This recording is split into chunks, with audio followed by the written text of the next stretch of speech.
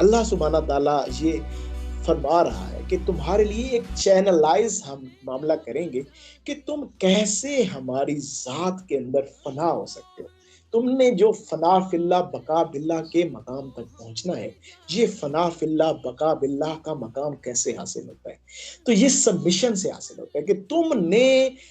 ہم نے تمہیں ایک جہد دے دی تھی، کل ان کنتم تحبون اللہ فاتبعونی یحببکم اللہ،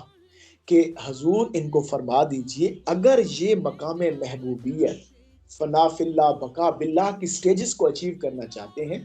فاتبعونی، یہ آپ کی پیروی کریں، یہ آپ کی پیروی کے اندر اپنے آپ کو انڈلج کر دیں،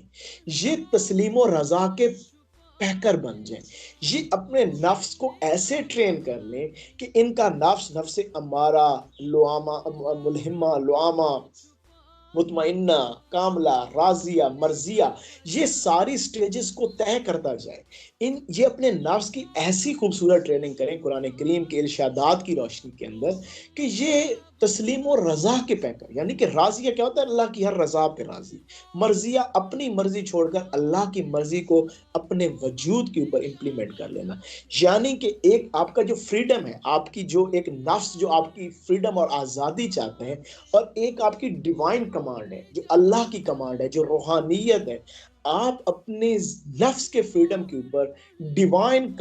جو آپ کی ڈیوائن کمانڈ ہے، اللہ سبحانہ تعالیٰ کی جو حکم ہے، ان کو جب امپلیمنٹ کرتے ہیں تو اصل فریڈم آپ کو تبھی حاصل ہوتا ہے، اصل حقیقی آزادی۔ یہ نفس کی آزادی تھی پہلے، وہ فریڈم جو تھا سمپلائز، وہ ایک نفس کی آزادی تھی، لیکن جب آپ اس نے اللہ کے حکموں کو اس کے اوپر، ڈیوائن کمانڈ کو اس کے اوپر امپلیمنٹ کر دیا، تو اب یہ آزادی آپ کی روح کی آزادی میں بن جائے گی، روح سکون میں آئے گی، نفس قید ہوا اور روح سکون پائے گی۔